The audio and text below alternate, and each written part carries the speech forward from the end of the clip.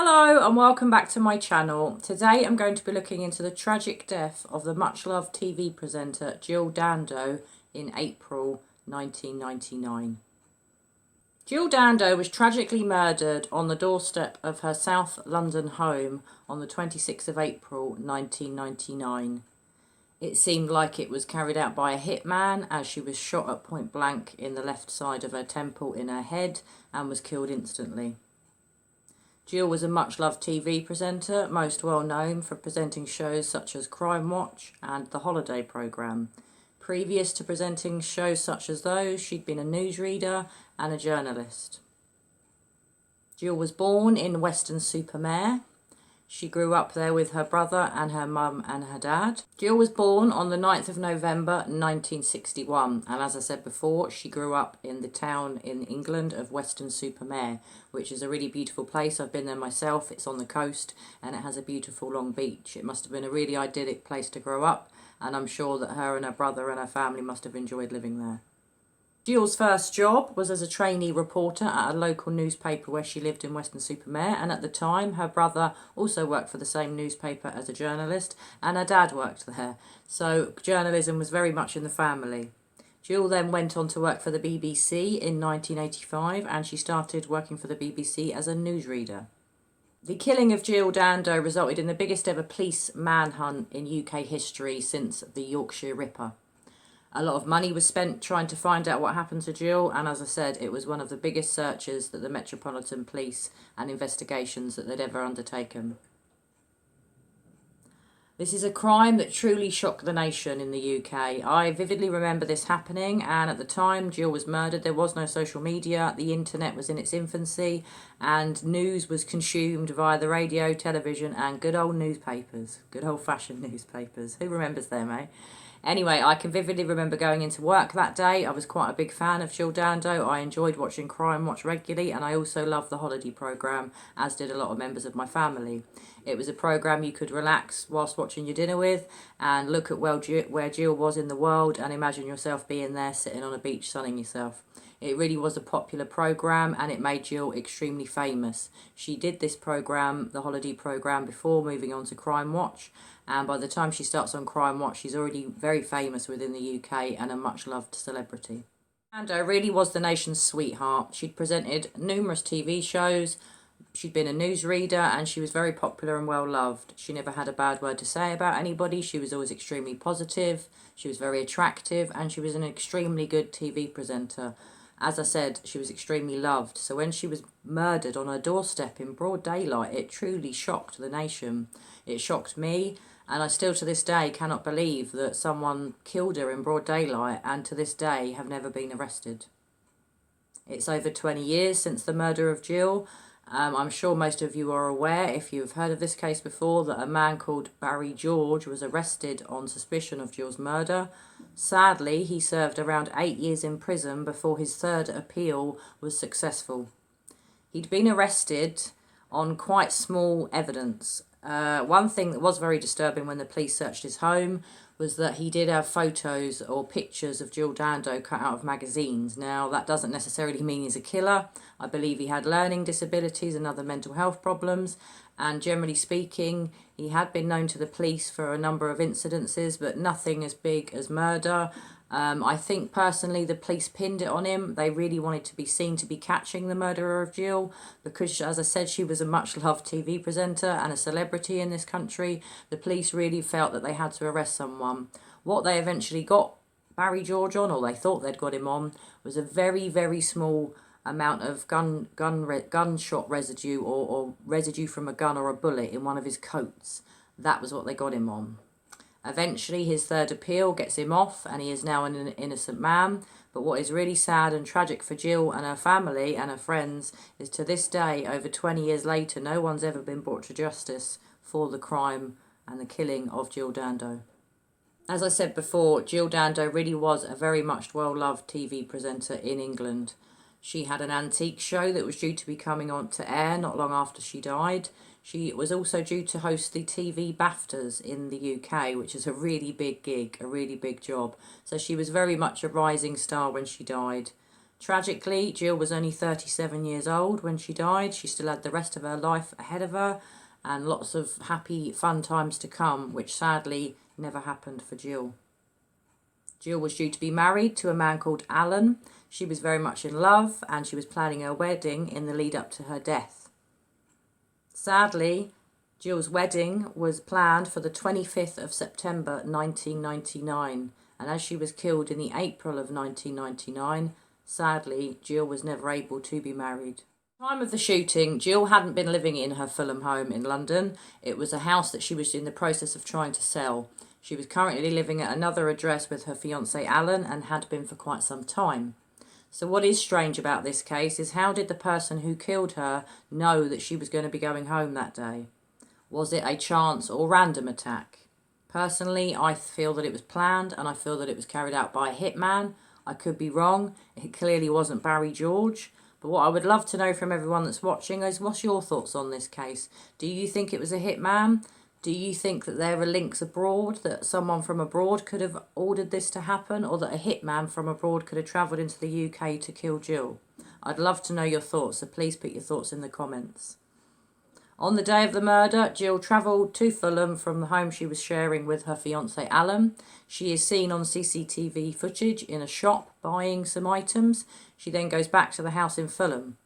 She then puts her keys into the front door. She's approached by someone from behind who grabs her from the right, pushes her forward, makes her kneel down. They then shoot her in the left-hand side of her head in the temple, and tragically Jill was killed outright.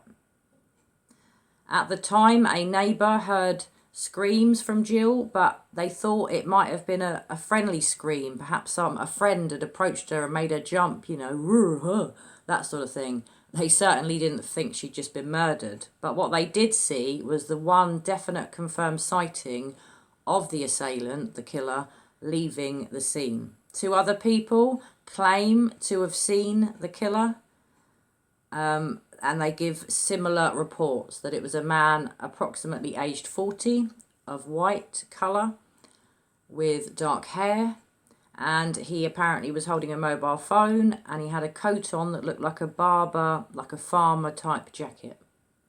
Now, he was seen to be running away from the scene, but unfortunately he wasn't caught on any CCTV. Back in 1999, CCTV wasn't as round as much as it is now. People certainly didn't have Ring doorbells or cameras on their cars, dash cams. So he was able to get away and not be filmed, tragically. Now, the way this murder was carried out, I think they knew where Jill was going to be. They had inside information from somewhere, and I personally feel the way that she was made to kneel down in an execution-style killing, I definitely feel it was carried out by a hitman. Jill was tragically found by one of her neighbours 14 minutes after the shooting. The neighbour calls the police, and I'm going to include shortly the police phone call of the neighbour reporting Jill's death to the police. Just to forewarn you all, it's an extremely harrowing call. The woman is extremely upset.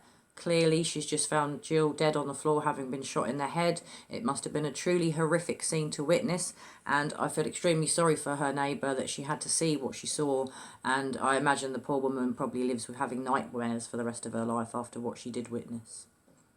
Now, Jill was taken to a local hospital where, unfortunately, she died.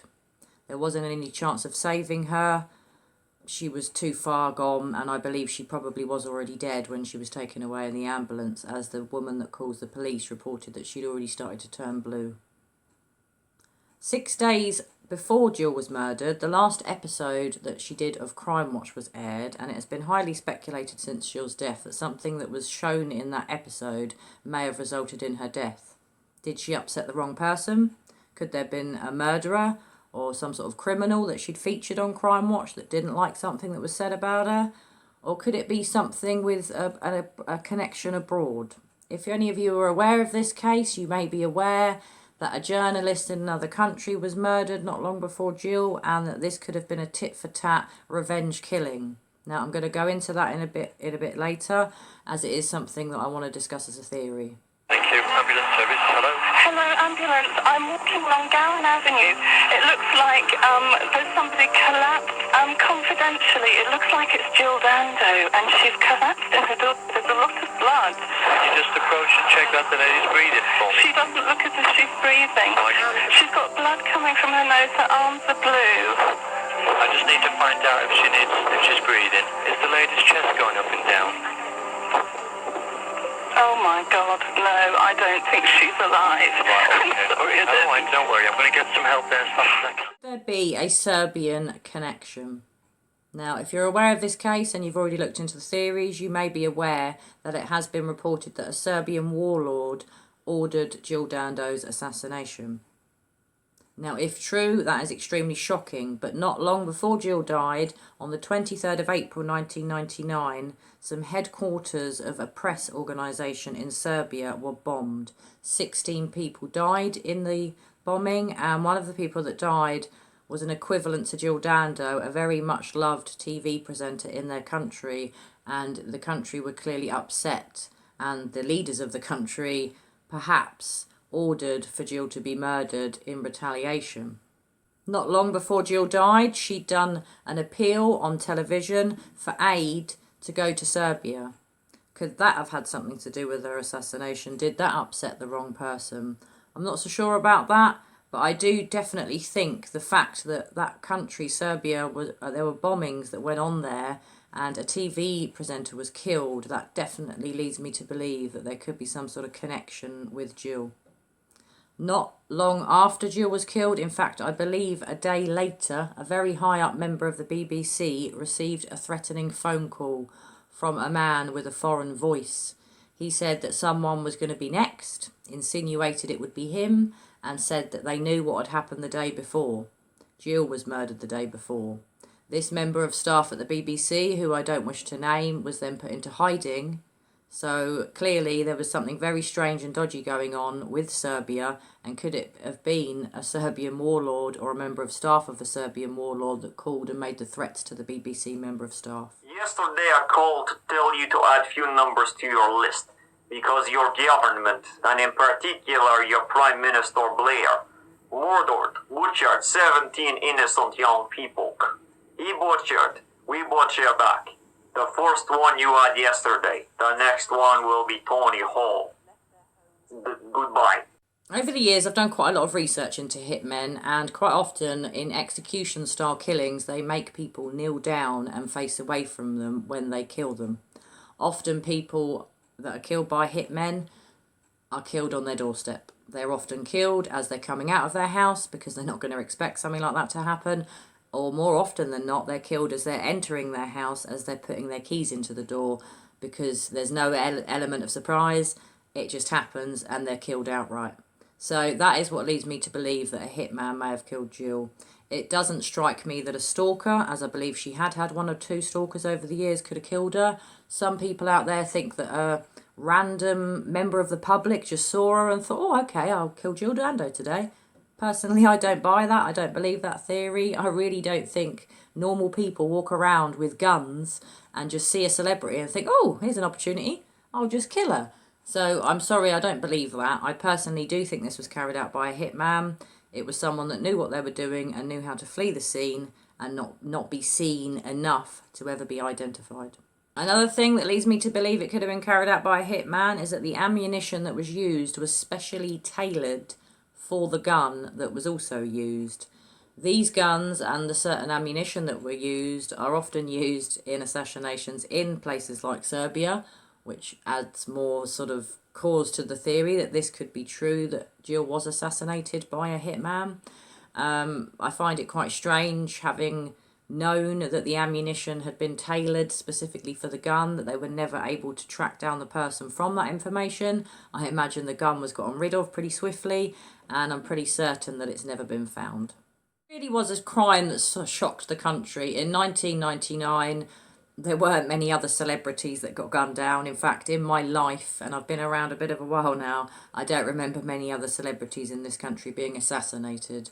Now, I know it has happened in other countries, but like I said, it truly shocked the nation. And the fact that to this day, no one has ever been brought to justice for the savage killing of Jill Dando, It is awful for her family and friends. So if anybody knows anything about the killing of Jill Dando, any of the circumstances, and you've never come forward, report it anonymously to the police. You can go to Crime Stoppers. All of their details are available on the internet. You don't have to say who you are. Jill's family are still out there, and all of her friends and her fiancé not knowing whatever happened to her. I can't imagine how difficult that must be. And she was such a lovely woman. It would be great for her to have justice, for someone to go down for life for killing her. Personally, as I think it was carried out by a hitman, I don't think that will ever happen. Often professional hits that are carried out on people, celebrity or not, don't result in a conviction. Often the hitman gets away. They've been doing the job, so to speak, for quite a number of years. They know how to do it professionally to not leave enough trace to get arrested and to get away. I don't know if there were really links with Serbia, whether someone from Serbia ordered the assassination of Jill. I'm not sure. But personally, I'm definitely sure that it was a hitman that killed Jill. But as I say, if you know anything about this case, please contact the police. To have a family out there waiting over 20 years to know how their loved one was murdered, I cannot imagine what it must be like. So if you know anything, contact the authorities.